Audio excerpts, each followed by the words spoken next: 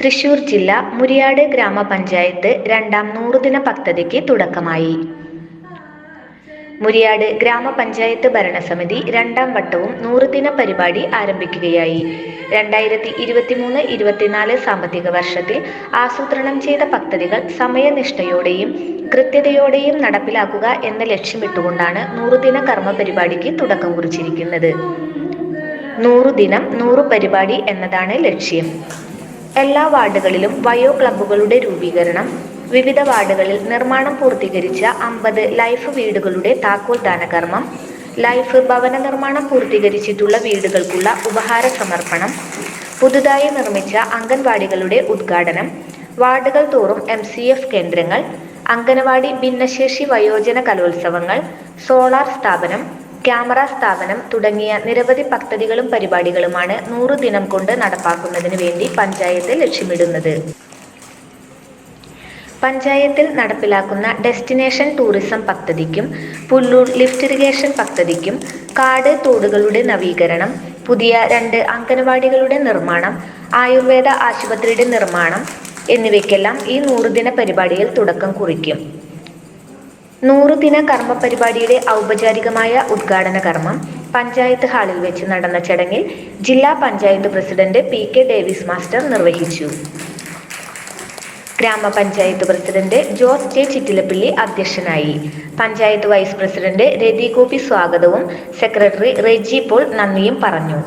ക്ഷേമകാര്യ standing committee chairperson Saritha Suresh, ആരോഗ്യ വിദ്യാഭ്യാസ standing committee chairman KU Vijayan, panchayat അംഗങ്ങളായ Sunilkumar, Siji Valsan, Maneesha, Mani Sajiyan, Kudumbashree chairperson Sunitha Ravi, ICDS supervisor Alsa Abraham, VEO Seeni തുടങ്ങിയവർ ചടങ്ങിൽ സംസാരിച്ചു.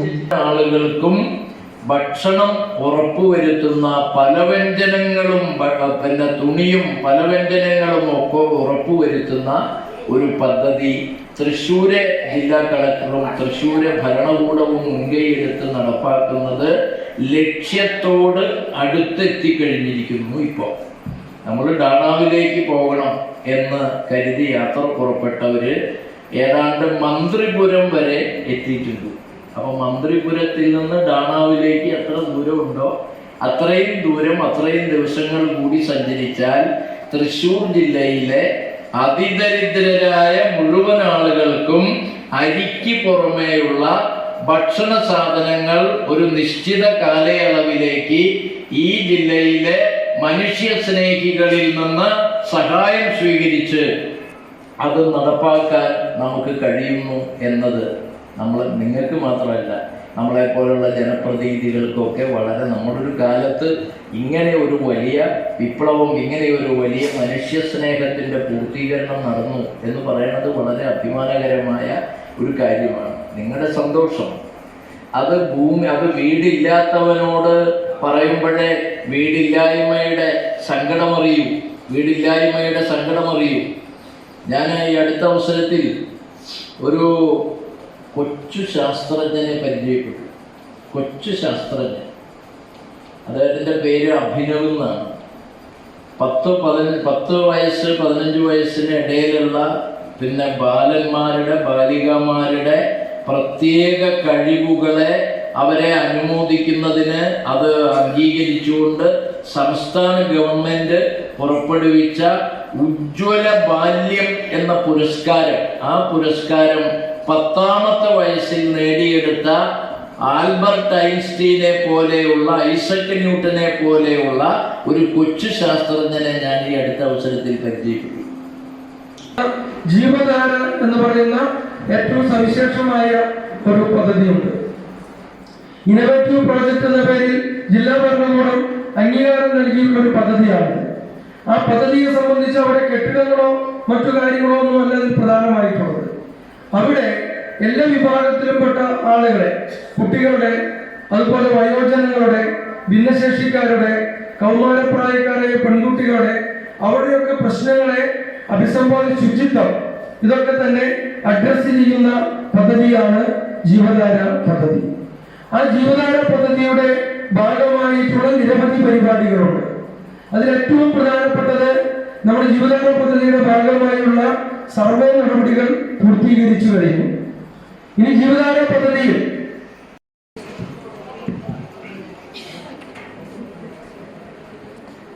ഇന്നത്തെ ഈ ചടങ്ങിൽ അധ്യക്ഷത വഹിക്കുന്ന നമ്മുടെ ബഹുമാനായ ഗ്രാമപഞ്ചായത്ത് പ്രസിഡന്റ് ജോസ് മാഷ്, ഈ പ്രൗഢഗംഭീരമായി ചടങ്ങ് ഉദ്ഘാടനം ചെയ്ത നമ്മുടെ ജില്ലാ പഞ്ചായത്ത് പ്രസിഡന്റ് ശ്രീ ഡേവിസ് മാഷ്, അതുപോലെ തന്നെ വൈസ് പ്രസിഡന്റ്, മറ്റു സഹപ്രവർത്തകരെ, ആയ മെമ്പർമാരെ, ഗവൺമെൻറ്റായ ഉദ്യോഗസ്ഥർ, അതുപോലെ തന്നെ അംഗൻവാടി ടീച്ചർമാർ, ലൈഫിൻ്റെ ഉടമകളായി ഇവിടെ എത്തിച്ചേർന്നിരിക്കുന്ന ഗുണഭോക്താക്കളായിട്ടുള്ളവരെ, എന്തായാലും ഞാനെന്തെങ്കിലും പറയണമെന്ന് കരുതിയത് സൈനിക മെമ്പർ പറഞ്ഞു. നമുക്കറിയാം, ഞങ്ങളെപ്പോലെ തെരഞ്ഞെടുക്കപ്പെട്ട ശാന്ത ശ്രീധരൻ കൈപ്പഞ്ചേരി,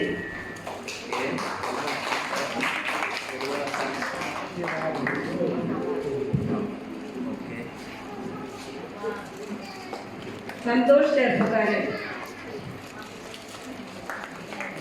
കോമളം Irinjappilly, Unnikannan Kaipancheri,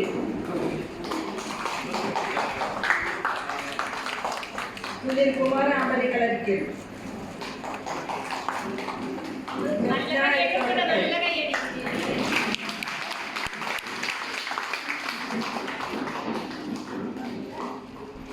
തീർത്ഥാടനപറമ്പിൽ,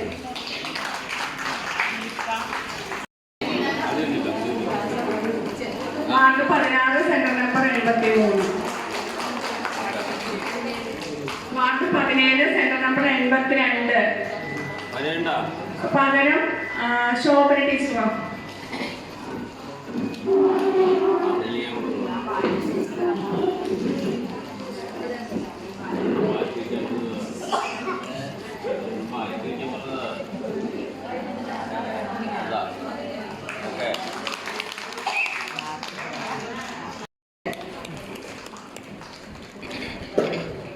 Geetha Unnikrishnan, Subramanian Kuzhuppully, തങ്കാകാലത്ത്,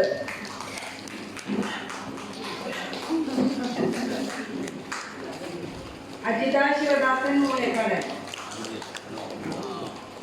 Praful Vellayath, Sundaran നാലാട്ടി.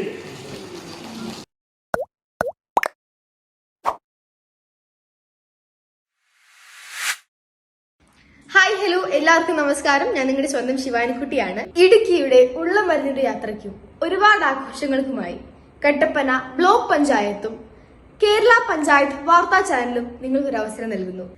Idukki travel tourism fest 2024 ഈ വരുന്ന ജനുവരി 20 മുതൽ ഫെബ്രുവരി 15 വരെയും കട്ടപ്പന ബ്ലോക്ക് പഞ്ചായത്ത് സാംസ്കാരികോത്സവം ഈ വരുന്ന ഫെബ്രുവരി 1 മുതൽ ഫെബ്രുവരി 15 വരെയും കട്ടപ്പന CSI ചർച്ച് ഗ്രൗണ്ടിൽ വെച്ച് നടക്കുകയാണ്.